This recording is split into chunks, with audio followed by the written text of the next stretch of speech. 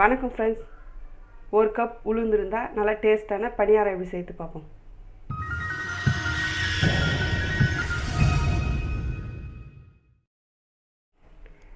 இரநூறு கிராம் உளுந்து எடுத்து 2 மணி நேரம் ஊற வச்சுருக்கோம். இப்போ மிக்ஸி ஜாரில் சேர்த்துப்போம். ஒரு 2 ஸ்பூன் தண்ணி சேர்த்துக்குங்க. சேர்த்துட்டு நைஸாக அரைச்சிக்குங்க.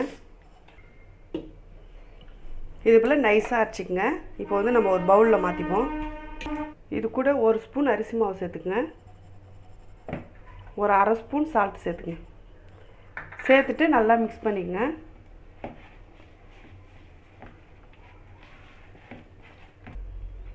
இது மிக்ஸ் பண்ணி ஓரமாக வச்சுடுங்க. இப்போ தேங்காய் பால் ரெடி பண்ணிப்போம்.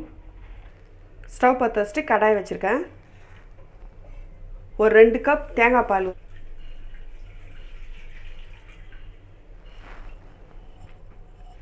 கொஞ்சமாக ஏலக்காய் பொடி,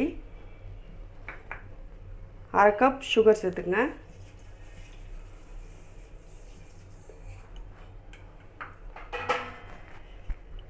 ஒரு நிமிஷம் சூடு ஏறினா போதும்.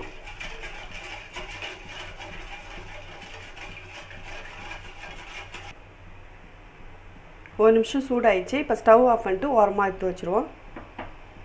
கடாய் வச்சுருக்கேன். தேவையான அளவுக்கு எண்ணெய் ஊற்றிக்குங்க.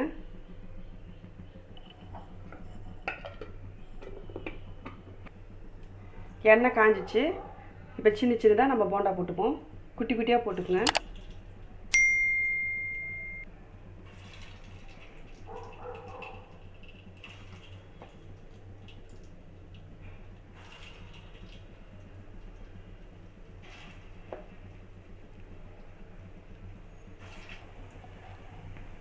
ஒரு பக்கம் நல்லா செவந்துச்சு. இப்போ 2 பக்கமும் நல்லா தீ போட்டுருங்க.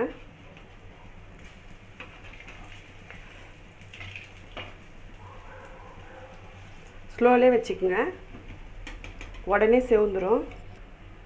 2 பக்கம் நல்லா செவந்துச்சு. இப்போ நம்ம பிளேட்டில் மாற்றிப்போம். இருக்கிறது இதே போல் போட்டு எடுத்துப்போம்.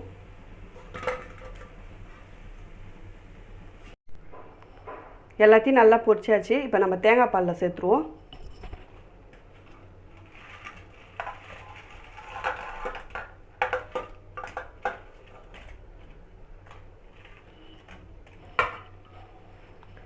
சேர்த்துட்டு ஒரு 10 நிமிஷம் ஊறட்டும்.